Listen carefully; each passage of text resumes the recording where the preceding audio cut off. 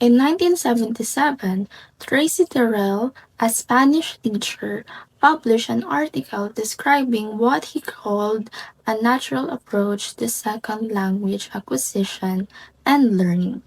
Terrell later collaborated with Stephen Krashen, an applied linguist at the University of Southern California, to write The Natural Approach, a book outlining the theoretical basis for the method as well as the practical ideas for its implementation.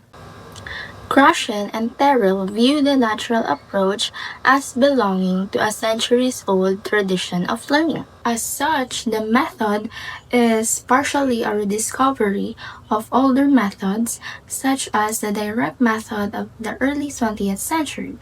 The difference between the natural approach and previous methods, according to Krashen and Terrell, is that the natural approach is based on empirically grounded theory of a second language acquisition, which has been supported by a large number of scientific studies. The natural approach has received considerable attention in professional literature and has been influential in the development of textbooks and teaching materials. The natural approach is based on what Terrell calls naturalistic principles of language acquisition. Gratian has articulated this principle in his monitor model, which consists of 5 hypotheses about language learning. The first learning theory is the acquisition learning hypothesis.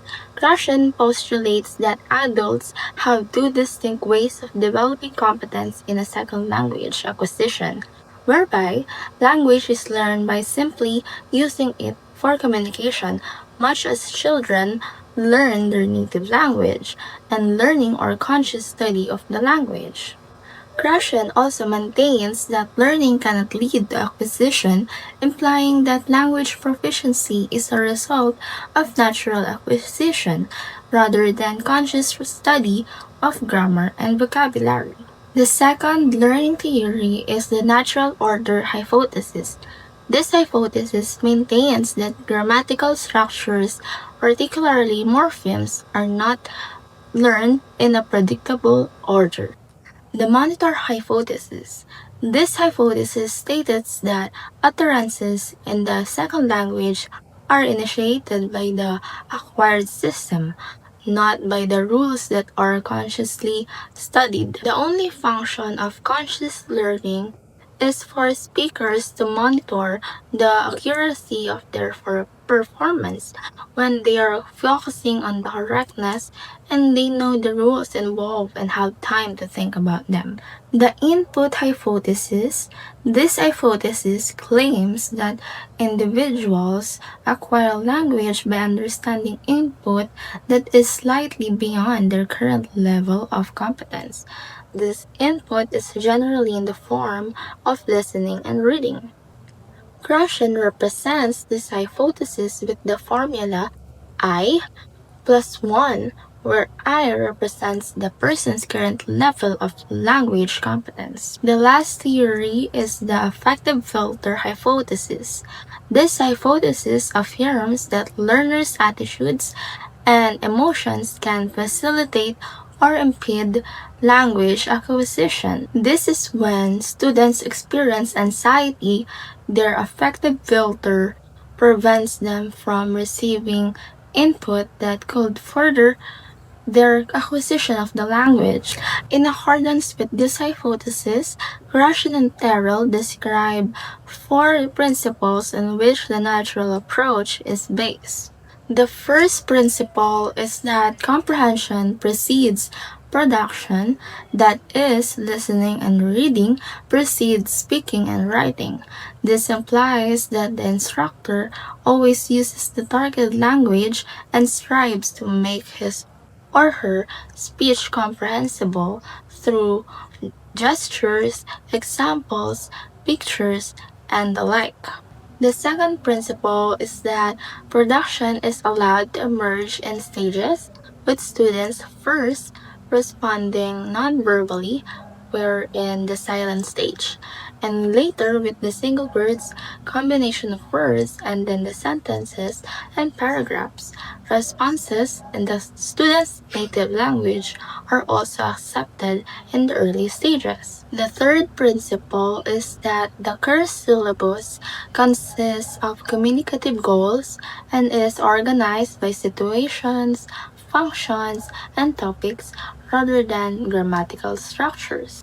Now, the final principle is that classroom activities should foster a low affective filter by making input comprehensible to students, encouraging them to express their thoughts and feelings and not correcting their errors. So, what are the methodologies or methods under this approach of language acquisition? So, in a traditional classroom, the aim is accuracy. So, there's more of speaking intervention. So, in natural approach, the first method used by the teacher to implement this kind of approach is to let the students listen first to the teacher because the teacher is the primary source of comprehensible input because they speak the target language almost 100% or all of the time.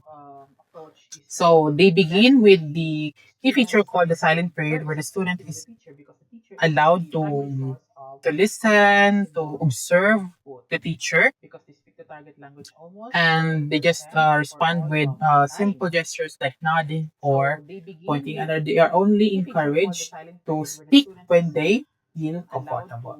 So listening is the most rudimentary step in the natural approach of language or teaching language acquisition.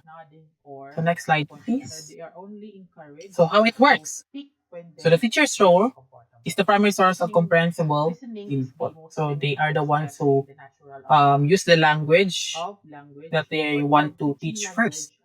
The student is to the student's main job is to listen and absorb, and they are not forced to speak until they feel ready. So there are different stages in this approach. The first is the pre-production, early production, speech emergence, and intermediate fluency.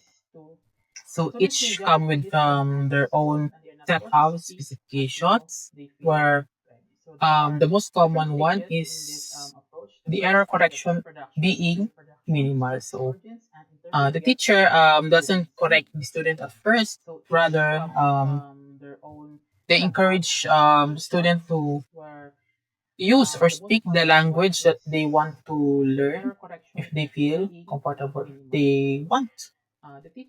So next slide. Key principles. We have comprehensible input or understandable input. So those start with simple things first, like current level, students' current level, using gestures, visuals, and context to ensure understanding. So we have low anxiety environment. So the classroom is relaxed and pressure-free, allows students to feel comfortable, taking risks, and making mistakes as they learn. So meaning over form, the main goal is to communicate ideas, not to achieve perfect grammatical accuracy. Fluency is prioritized over accuracy. So especially in the initial stages. So silent period. Students are encouraged to listen and understand for a period before being pressured to speak. This allows for a natural acquisition that takes place first. Minimal error correction. The teacher does not constantly correct every mistake. Instead, they may focus on communication and allow students to develop accuracy over time and focus on activities because the natural approach believes in action that encourages language learning. Next slide, please. So example, so what would you do or what would you actually do in natural approach class? So the classic example of a natural approach class is the total physical response. So there's the devil in the detail. Total physical response. So it involves body movement. So the teacher would give a command in the target language and students would perform the physical action. For example, stand up, walk to the door, point to the red book. So this connects language directly to meaning without needing translation because It's very simple, it's very understandable, it's very comprehensible. So another common activity is using visuals and realia, or tangible objects can be seen and be touched that appeals to the senses. Okay? Because that's the most rudimentary step of learning. Classroom activities. Total physical response. Teacher gives commands and students physically do them. Using visuals and realia. Storytelling is another great way to teach language. So the teacher tells a simple, engaging story using simple language, drawings on the board, and a lot of gestures. Group work. Students are put in pairs or small groups to solve a problem or complete a task, like arranging pictures in order to tell a story. Focus is on completing the task, and language is just the tool they use. So in this approach, the methodology is to let the students listen first, and then later on, in our examples, we tackled that after they had listened, of course, they pick some knowledge, and then they're going to apply that using action through TPR, or total physical response. Okay, so that ends my part. Good day, everyone. I am Cheriebell Matulac, and today I will discuss the strengths and weaknesses in the language classroom and why it is important to know them. First, let's talk about the strengths.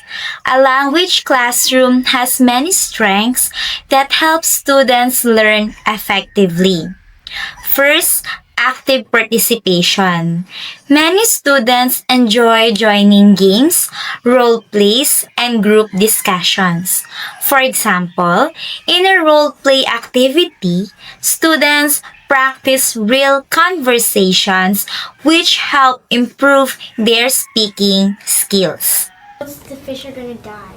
Well, maybe we can talk to them about keeping less boats. All I know is that we can't make it on what we've been doing so far. I want fish. If they are against the factory, why are they against it? How does that relate to the character they've created and why they're doing it? Yes, a question here. Ma'am, could you remind everyone your name and your job? My name is Graciela and I'm a mother, so my kids go in the river a lot.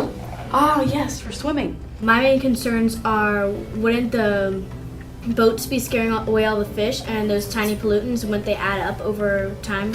We're creating a space where we value what it is that they have to say, and we're putting them in charge of making meaning. Second, creativity. Learners can express ideas through poems, slogans, or stories. This helps develop writing and imagination. Third, teamwork.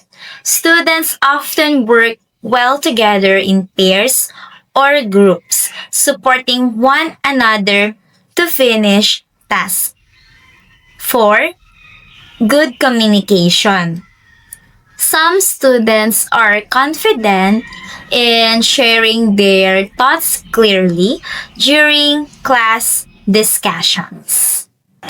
These strengths make learning more fun and interactive, helping students use the language in meaningful ways. Now, let's talk about the weaknesses. There are also some weaknesses or challenges in language learning. First, lack of confidence. Some students are shy to speak, especially in English. For example, they may understand the lesson but are afraid to share answers. Second, limited vocabulary. Students sometimes run out of words to express their thoughts. Third, poor grammar. Mistakes in sentence construction can make ideas unclear. And fourth, low participation. A few students don't join class activities, which limits their improvement. These weaknesses can make learning harder, but they can be improved with practice, effort, and support. Why do we need to know the strengths and weaknesses? It is important to know the strengths and weaknesses in the language classroom because it helps both teachers and students improve. When teachers know the strengths, they can use them to make learning more effective. For example, if students are active speakers, teachers can use more speaking activities. When teachers know the weaknesses, they can create ways to help students improve. For example, if students are shy, the teacher can encourage them with fun and simple tasks. Knowing our strengths and weaknesses also helps students understand themselves better, what they are good at and what they still need to practice. In conclusion, every language classroom has strengths that build confidence and weaknesses that challenge growth. What matters most is that we recognize both so teachers can guide better and students can keep improving. Now I'm going to tackle about the basis and supporting theories of natural approach. The natural approach method was developed by Stephen Krashen and Tracy Terrell in 1983. It is based on Krashen's theories of language acquisition, including the idea that adults can acquire a second language naturally through meaningful interaction alone and without formal instruction. Here are the 5 theories of natural approach that I'm going to tackle. Number 1 is the acquisition learning hypothesis. Number 2 is the input hypothesis. Number 3 is the natural order hypothesis. Number 4 is the input hypothesis. And the last one and fifth one is the active filter hypothesis. Excuse me. The acquisition learning hypothesis is the most basic steps of all in the Krashen's theory. It's the most well known among the linguists and language practitioners. And the learners has 2 ways of learning the second language, which are the acquired system and the learned system. So this acquisition learning hypothesis is the most basic step in the Krashen's theory, distinguishing between 2 independent ways of developing competence in a second language. The learner has 2 distinct systems, which is the acquired system and the learned system. The acquired system is the unconscious or the natural way on gaining the language, similar to how children pick up their first language through meaningful instruction alone. And it is responsible for the fluent and the spontaneous language use. Next one is the learned system. It is the formal, conscious study of language rule such as grammar and vocabulary lists. And also, Krashen asserts that while the learned system is helpful for passing tests, the acquired system is the real foundation that allows adults to become truly fluent in a second language.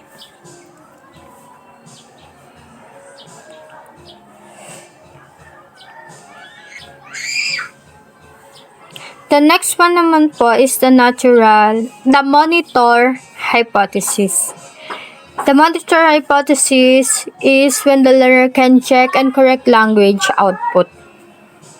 So this monitor hypothesis explains the relationship between the acquired system and the learned system.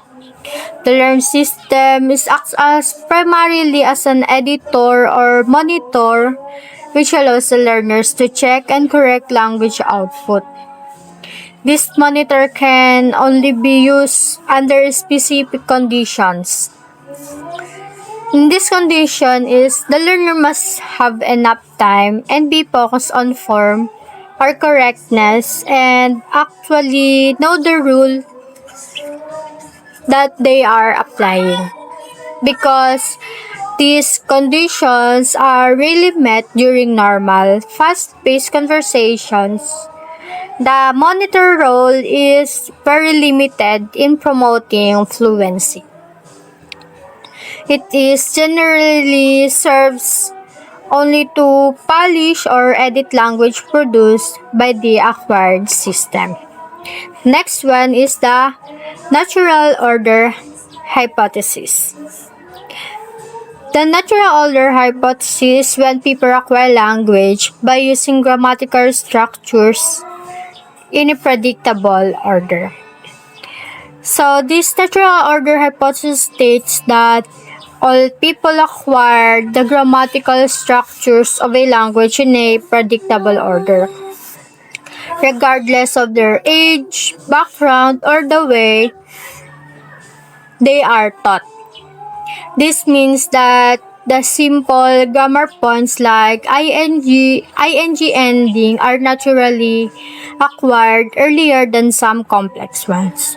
Even if the teacher tries to teach them out of order, this predictable order demonstrates that language acquisition is a step-by-step process that cannot be significantly altered by conscious instructions.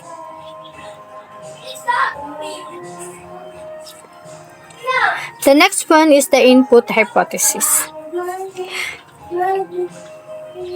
The input hypothesis is the acquisition of language are in a predictable order and everybody have the same steps of learning acquisition.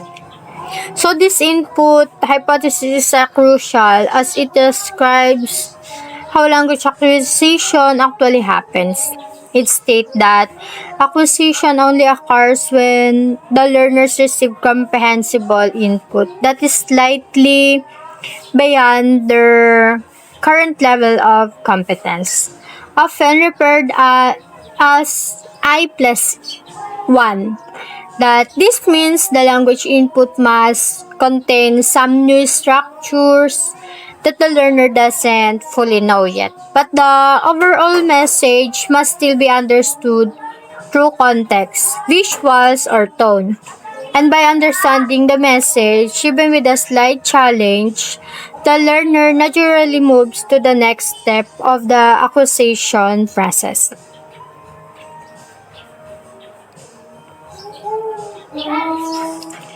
The last one is the affective filter hypothesis. The affective filter hypothesis when the learner's emotional state can act as a filter that can prevent input from reaching the learner's language acquisition device.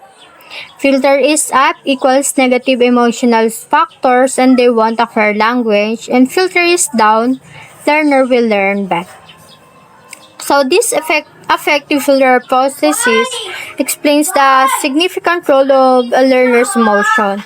The affective filter is a mental barrier or wall that is created by negative emotional factors such as stress, anxiety, low self-esteem, or lack of motivation. And it said that if the filter is up, this negative emotion prevents the language input from reaching the brain's acquisition centers, and the learner won't be able to acquire the language effectively. On the other hand, when the classroom environment is supportive, low stress, and motivating, the filter might down or is down, allowing input to flow freely, and the learner will acquire the language much better. That's all. Thank you. Hi, I'm Kaila. For this slide, I'm gonna be discuss about further improvement can be made to the topic natural approach. Although the natural approach has greatly influenced language teaching, there are several ways it can still be improved to meet modern learners' needs. Number one, integration of technology. The natural approach can include the use of multimedia tools such as language learning apps, interactive videos, and online communication platforms. These create more authentic and engaging contexts where learners can naturally acquire language. Number 2. Balancing fluency and accuracy.